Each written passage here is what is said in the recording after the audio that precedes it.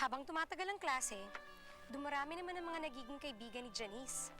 Kung sa bagay, friendly naman talaga siya. Kahit maarte at babadoy-badoy, patalino naman talaga siya eh. Sabi nga ng pinsan ni Yul na classmate ni Janice, standout daw si Janice sa klase nila. At member na raw ito sa maraming school organizations. Hanggang nararamdaman na rin ng tropa ko na unti-unti nang lumalayo sa amin si Janice.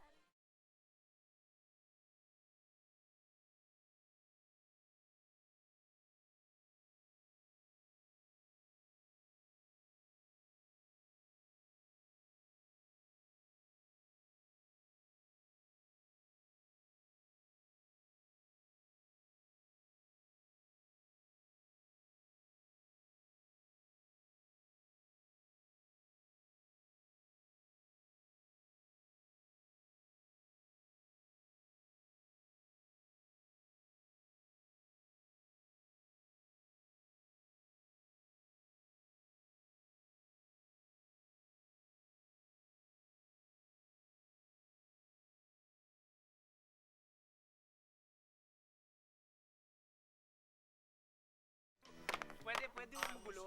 Hihink ako eh. Pwede? Pwede? Yul. Nakabili naman ako na yun. Kung di natatagal to, sige no. Sige no. Pare, if I were you, sa door mo na tapusin yan. Yul, may deadline ako bukas. Problema sa'yo, hindi kita mahingan ng pabor. Wala ka silbing kaibigan. Problema ba yun? Tawagin si Janice. Janice! Janice! O nga pala, Gerard. Ba't di na sumasabit sa atin yun? Tsaka, hindi ko na nakikitang sumasabay sa'yo papasok. Nagpa-panic buying yata sa lahat ng mga organization dito eh. Biro mo pare ah. Lahat ng grupo dito sa eskwelahan sinalihan na niya. Pare, mukhang uso na ang baduy dito sa campus natin, no? Pero mukhang may future ah. Ang tibay ng Sigmura eh. Pare, yan sabihin mo, ang kapal masyado ng mukha niya. Hindi, kaya naman ambisyoso lang. Yung mga tao talagang ganun. Pare. Si Baduy, oh. Parating na, oh. Uy, ganda ng suot. Tama. Hi, Janice. Hi, Janice. Janice, Hi, favor Janice. naman, oh. Kasi kailangan ko na ink eh. Pwede pabili. Please. Oo, ink naman. Sandali Sorry lang. may meeting pa kasi ako sa math society namin eh. O, Gerardo, Ano to? yan yung research work mo na naiwan mo sa sala sa gabi kaya nabasa ko. Eh, medyo pangit, kaya inayos ko na. Okay na yan. Basta sa susunod, pag gumawa ka na research, huwag ka masyado magre-rely sa iisang libro lang. Okay? O, paano? Mauna na ako, may meeting pa ako eh. Bye. Nyo, ipil na lang akong ink ko sarili ko. Ay, silbi. Malaki ka na. O, paano ang assignment, ha? Gano'n ba? O, ano? O, paano? Papakapain ka na kayo. Papakapain mo ko, ha? Papakapain ka na kayo. Bye-bye! Ingat kayo, ha? You're Gerard's maid, right? Ako nga. Pakiharap naman siya, oh. I need to talk to him, eh. Hindi ko kasi alam kung nasan siya eh. Aba, you should know. You're his maid, di ba? Iba kasing setup namin eh. Mate niya ako pag nasa bahay nila ako. Basta, just find him and tell him I want to talk to him. Okay? Eh, ikaw naman palang atat na makita siya, ba't hindi ikaw maghanap?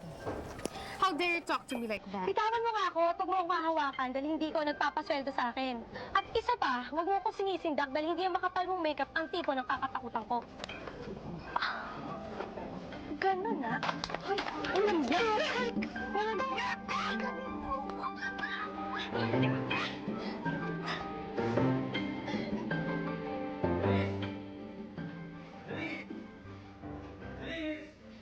Zay!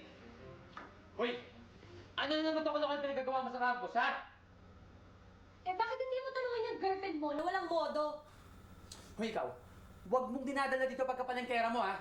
Ako na nga itong binasos ako pampalingkera. Oh! Bakit mo pinatulan?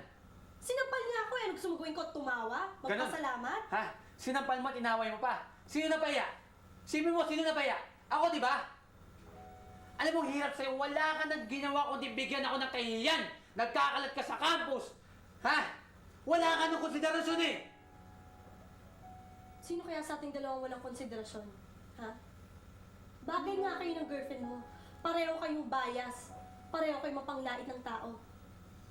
Bakit, Gerard? Ano ba pagkakaiba mo sa akin, ha? Dahil ba pinanganak kang mayaman? Dahil ba nung bata ka, mas mahal yung lampi na nilalagay sa'yo kaysa sa akin? At dahil ba gawa ng kung sinong designer yung sinusuot mo, yan ang akala mo, lagi kang tama. Hayaan mo. Mula ngayon, hindi ka na mapapaya dahil sa akin.